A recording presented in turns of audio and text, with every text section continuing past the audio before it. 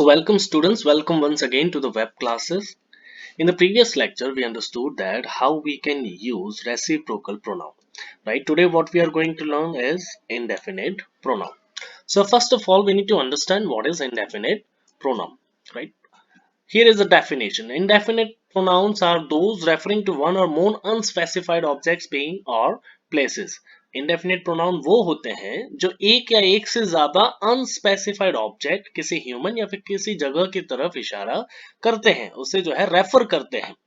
अब ये थोड़ा सा पेचीदा हो रहा है, आई बिलीव, राइट। ये आप लोगों के लिए थोड़ी सी कॉम्प्लेक्स जो है डेफिनेशन हो जाएगी, क्योंकि अनस्पेसिफाइड ऑब्जेक्ट्स यहाँ पर लिखा हुआ है। दूसरे शब्दों में से समझते हैं, मतलब क्या होता है।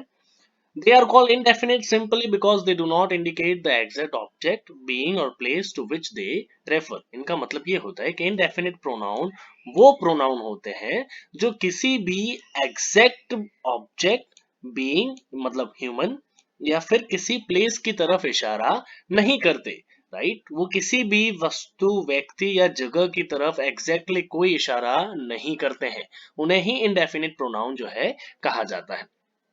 अब कौन कौन से होते हैं इनडेफिनिट प्रोनाउन, तो सबसे पहले जो सिंगुलर के तौर पर इस्तेमाल करते हैं उनका समझते हैं इनको। तो यहाँ पर लिखा हुआ है, देखिए, इनडेफिनिट प्रोनाउन के नाम सारे दिए हुए हैं। Singular pronouns another, anyone, anything, each, either, enough, everyone, everything, less, little, much, neither, more, etcetera, right. So we can have examples as well for these, right? We finally move to another apartment. So first of all, we need to understand what does this another apartment indicate. Another indicate, right?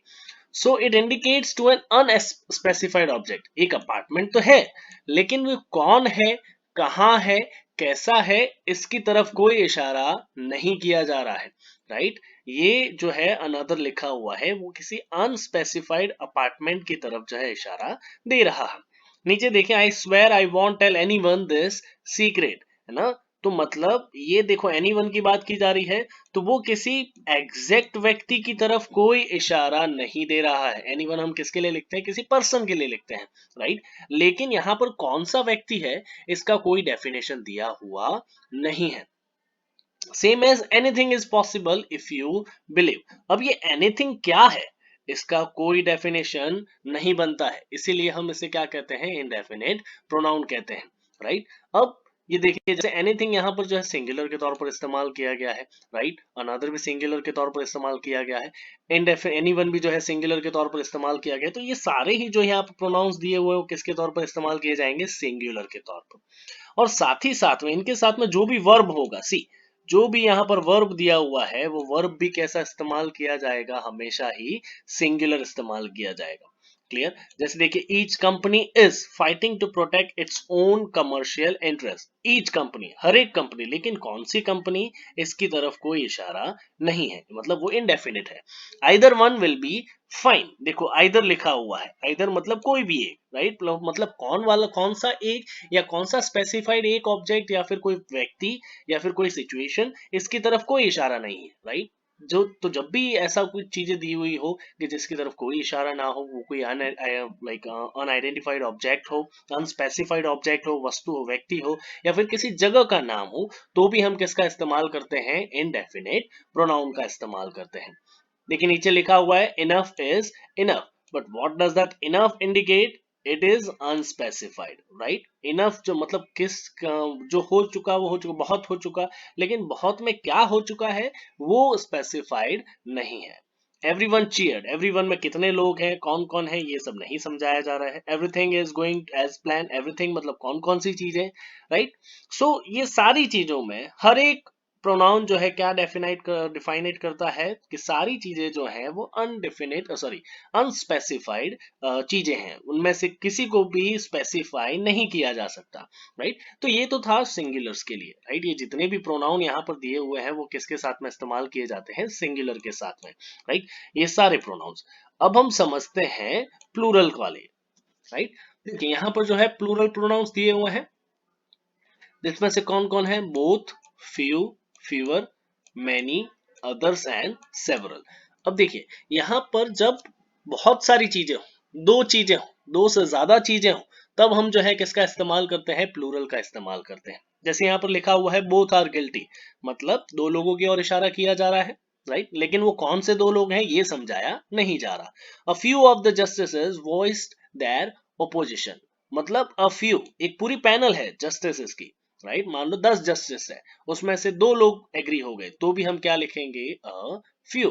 क्यों? क्योंकि हमें नहीं पता है कितने agree कर रहे हैं, हम एक एग्जाम्पल के तौर पर समझ रहे थे उसे, राइट। लेकिन अगर हमारे पास में कोई एग्जैक्ट नंबर नहीं है, राइट, या फिर कोई एग्जैक्ट इंफॉर्मेशन नहीं है, तब हम क्या करते हैं, ऐसे इनडेफिनिट प्रोनाउन का इस्तेमाल करते हैं। A fewer are smoking these days, बहुत कम लोग जो है वो यहाँ पर स्मोकिंग कर रहे हैं, ऐसा समझाया जा रहा है। तो अगेन ये इनडेफिनिट प्रोनाउन हुआ। क्यों? क्योंकि यहाँ पर फ्यूअर लिखा हुआ है, लेकिन कितने लोग हैं ये समझाया हुआ नहीं है, राइट। यहाँ पर इंफॉर्मेशन है बहुत कम लोग, लेकिन कितने लोग, एक एग्जैक्ट नंबर जो है यहाँ पर समझाया गया नहीं है। Same, many people feel that the law should be change, बहुत से लोग ऐसा मानते हैं, लेकिन बहुत से लोगों में कौन कौन लोग, कितने लोग, ये समझाया हुआ नहीं है। तो अगेन जो पीपल है नाउन, उसके लिए जो प्रोनाउन इस्तेमाल कर रहे हैं मैनी, वो कैसा हो जा रहा है, इंडेफिनिट।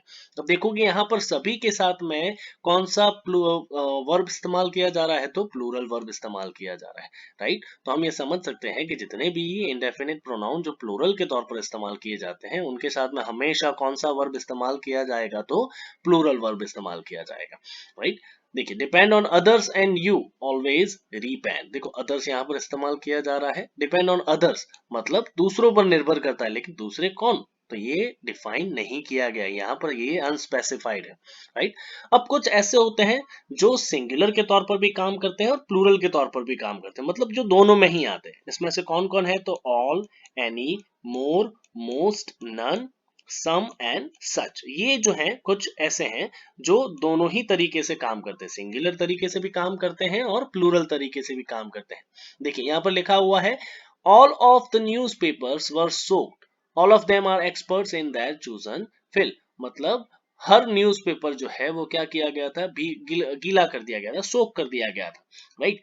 और यहाँ पर देखिए प्लूरल का इस्तेमाल किया गया है, यहाँ पर भी क्या इस्तेमाल किया गया है, प्लूरल के तौर पर, मतलब यहाँ पर ऑल जो है दोनों ही मामलों में कैसा इस्तेमाल किया गया है, प्लूरल के तौर पर। अब यहाँ पर हम ऐसा भी लिख सकते हैं, ऑल इज फाइन, है ना। तो यहाँ पर ऑल इज फाइन जब मैं लिख रहा हूं, तो यहाँ पर ऑल जो है कैसे लिखा गया है, सिंगुलर के तौर पे। क्यों? क्योंकि हम इसके साथ में एक सिंगुलर प्रोनाउन का इस्तेमाल कर रहे हैं।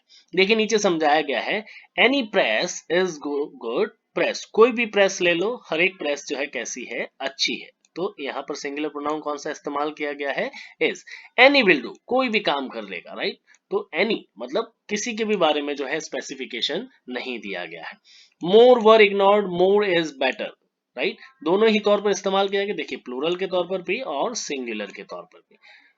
Most wood rotten, most would agree, अब यहाँ पर मोस्ट जो है वो कैसा है, वुड, वुड लिखा है तो हर कोई एग्री, ज्यादा लोग एग्री करेंगे, मतलब है तो प्लूरल ही।